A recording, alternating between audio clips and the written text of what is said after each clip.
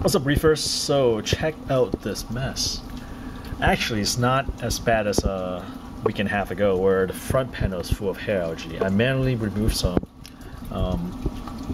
but as you can see, they're growing back, and look at that. Crazy, right? Look at this planted tank. But anyways, let's do a quick update on the cleanup crew I ordered from Reefs2Go because I got quite a bit to talk about. So if you have seen my last video, if you want to check out my last video, I basically ordered a couple snails and hermit crabs from Reefs2Go, and things did not actually turn out too well. What happened is that I ordered 8 zebra trochus snails, and while the water looks clean in the bag, after I acclimate them for 2 hours and then put them in a tank, they just kind of stayed where they were left off, and pretty much they were dead on arrival. Same with the 4 snails. Those turned out to be regular estuary snails. They did not have the chestnut snail, so those were the replacement. Unfortunately, the snails did not make it too, but that was obvious because if you look back to the video, the water is already brown. Along with the shipment, there were 2 sand tiger conch, and they were doing excellent. And there were 4 hermit crabs, and 2 of them did not make it. I've actually never seen hermit crab die from shipment, but I think it was just way too cold those couple days, and the shipment was delayed for a day by USPS. So, but to their credit, Reef2Go were really easy to work with in terms of like dead on arrival replacement.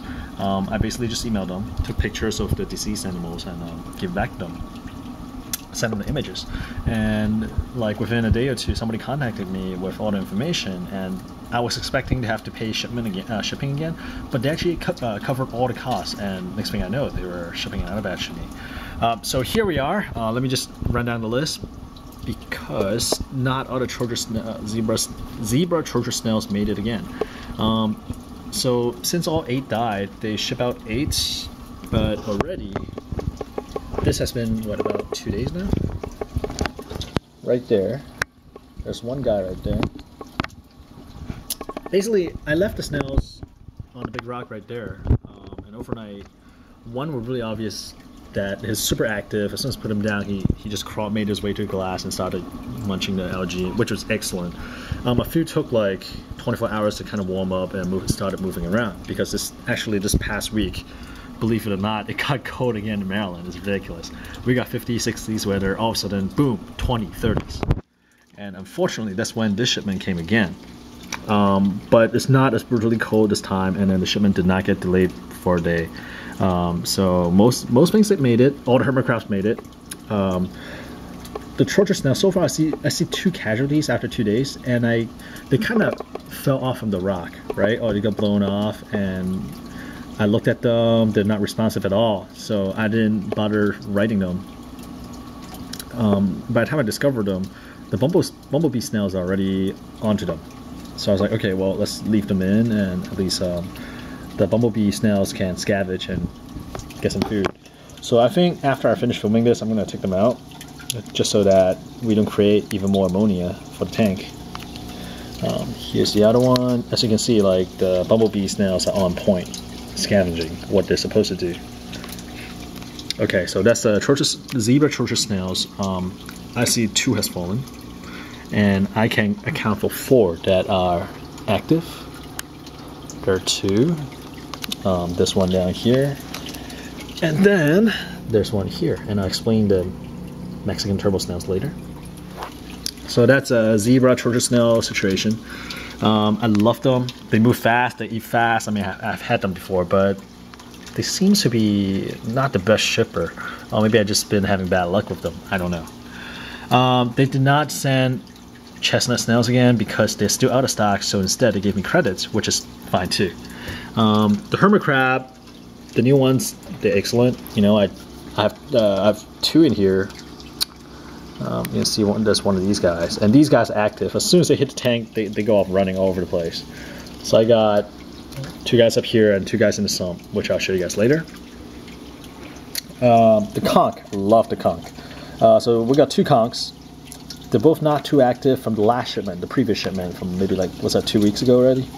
But after a day or so, they started moving around a little bit, and they've been super active ever since. I mean, they just kept the sand really clean, and if you look on the glass, or the bottom portion of the glass clean, because that's how they can reach. Well, sorry, blah blah blah. I can't speak today.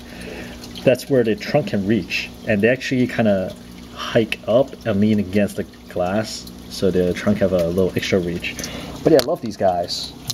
Cannot believe Conk is one of the first residents of this tank. So that's one guy right there, and then I got another guy in the sump, which I'll show you guys later. Actually, let me show you now. So down here in the sump, you see that's the other conch, sand tiger conch, and two other hermit crabs. I think they were hanging out. There may be one of them. They're hanging out on that rock right there. So what I've been doing with this conch in the sump is that I'll let him feed around here. You'll notice like all the walls are already clean by him, and the sand bed is relatively clean. He'll clean this section of the sump, and I'll move him to this section, and you see how there used to be like a layer of really fine green algae down there, but obviously he polished them off, and I move him back here. Oh look, there's a starfish. So I feel like he pretty much cleaned out the bulk of the algae, and what I'm going to do is that I'm going to trade this guy with a local reefer, maybe for some macroalgae, or just like snail or two, and I'll just keep one sand tiger conch, because they do such a great job of cleaning up algae. They're going to starve if I just keep two. I'm probably going to keep this guy up here, because he seems to be the most active one. He's like active from the second day on, where the other guy at the sump took him like another day or two before he started moving around. So I'm a little bit more attached to this guy. So I'm going to keep this guy. I'm going to rotate him from like up here in the display to the refugium to the pump section, you know, and just kind of move him around to make sure he's always well fed. But that's the sand tiger conch situation, and again, they're awesome. They were only like $2.50 at Reefs2Go, where in a local store it was going for $15, I think, which is crazy. But one last bit. Purple Gorgonian, they're not doing too hot. So I got two. The one in front, you see all the tissue already kind of degenerated. And it's not because of the macroalgae, the hair algae, because I made sure that area is clean 2 weeks ago. So nothing was touching it, nothing was irritating it. During the day, the polyps do extend. These are not really extended, but full extension from the polyps, but the skins were just like, they're just dying back, especially the one in the front. Yeah, so that's unfortunate. Same with the one in the back. I mean, the one in the back was actually doing well for a week or two, and then just decided that did not like the tank, so the skin is dying back. Usually at this point, people recommend just fragging it, right? Frag it, kill, kind of cut off all the dead tissue and just, you know, epoxy it into something. But not sure if I'll even bother. I think it's probably on its way out, which is sad. First coral did not make it. Well, let's swing over here. So that covers all the Reefs2Go shipments. And again, I mean, I think the company is great. You know, the packaging is excellent. I think we've just been having bad luck with the weather. You know, Maryland being how cold it is, and it's not consistently cold. It's like you get a week of really nice weather, 60s. All of a sudden you get hit by like a cold spell. Now these guys, Mexican turtle. So I picked these guys up because I see all these ginormous hair algae, and although I'm kind of manually pulling them out, I'm not sure if the zebra trochus are big enough to handle these, and I'm not even sure if they like hair algae that much. And I do remember that like the big Mexican turtle, there's a good chance that they'll eat hair algae. That's why I pick up two of these guys from a local fish store for about, I think it's like $5.99 each, which is pretty pricey. That's why I only got two. I figured that, okay, let's see if they can, you know, if they actually eat it first. If they do, and if I need more, I can pick up another one or two. But chances are, if they actually do eat it, two should be enough. Plus manual removal. So that's where we're at right now. I'm really glad that at least some of the zebra trochus made it, because they are honestly my favorite snails. They're really active, eats a lot, and really hardy when they adjusted to your tank. And looks like we at least have 4 keepers, and there are 2 snails missing. I'm hoping they kind of just in the back somewhere that I'm not seeing. I have high hopes for these Mexican turbo. They were super active the first day. Now they just kind of, I guess they ate too much. Like the first day is all green right here. I was like, should I scrape this? Nah, I mean, they look kind of hungry. Sure enough, hit the tank running. They like clean this whole place up except for these spots right here. And now they're just kind of resting. Anyway, so that's the update. My favorite animal right now are definitely the conchs. I cannot believe I'm saying this. Sand tiger conchs. Yep.